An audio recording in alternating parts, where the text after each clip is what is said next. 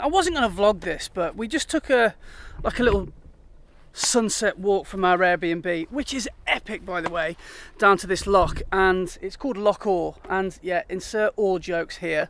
I'm in awe. No, literally, this is called Loch Awe. You like that one? So when it comes to composition, I'm very guilty of just running and gunning and just shooting everything that I can see as widely as possible, because I do like a wide angle. But what I'm choosing to do now is showing you the difference between being happy with something that is kind of mediocre and just pushing the boundaries a little bit, zooming in, maybe getting a bit tighter in your composition so you can eliminate some distractions.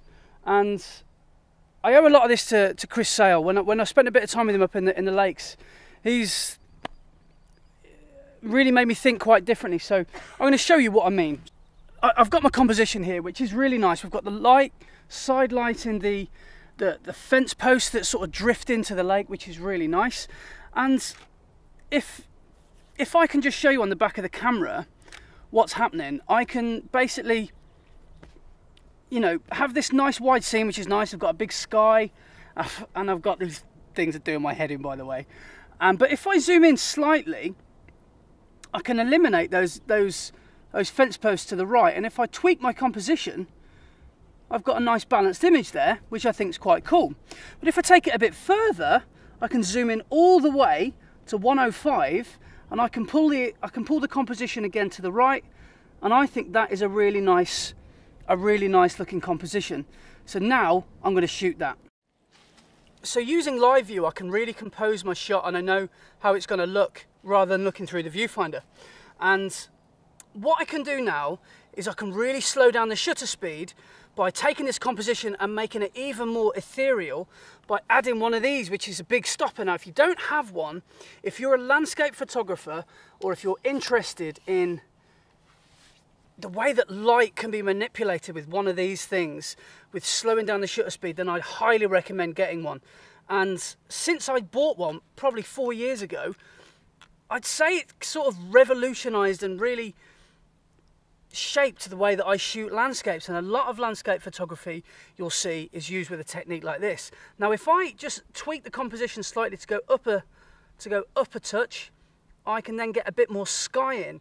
Because not only can I slow down the shutter speed and show the glassy smooth water, I can hopefully stretch those clouds a bit.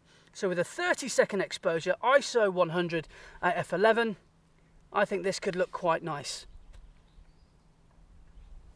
Now, looking back at that photograph, I'm quite happy with that. I think it looks quite good. But one thing I can do is burn in the sky. Now, I will quite happily say I don't own ND grads. Now, what they typically do is give you a darker image at the top, and it fades naturally into the rest of your image. Now, it's great if a lot of your image is hot or is quite bright. In this case, the sun is to my left, and it's completely lighting up the white clouds. So what I can do is this. Now, this is a bit of a hack. It won't work every time, and it won't work for everybody. What you can do is have a solid dark object like the back of my phone, and I'm going to use it to cover half of the image for half of the time of this exposure. It's risky, it's trial and error, and you've got to really try to not touch anything. So all you're doing is blocking the light coming for half of the exposure. So let's give it a try. 1, 2, 3, 4, 5, 6, 7, 8, 9, 10, 11, 12, 13, 14, 15, and we'll start to move it up. 18, 19, 20. So let's see how that comes out. So I've had this in front of the camera for around about 20 seconds, complete guesswork, but I think that's going to make a little bit of a difference. So let's have a look. Quite a visible difference, so I'm happy. So obviously I've jumped to the future. I am no longer in the amazing scenery of the Scottish Highlands. Unfortunately, I'll have to make do with being back in reality in the office, but the adventure and the amazing epicness doesn't have to finish yet. So I am actually going to be uploading a full vlog from mine and Laura's 1,500 mile road trip to the Isle of Skye in just 4 days not in 4 days time the vlog will be. We drove 1,500 miles in 4 days, and we went to the Isle of Skye.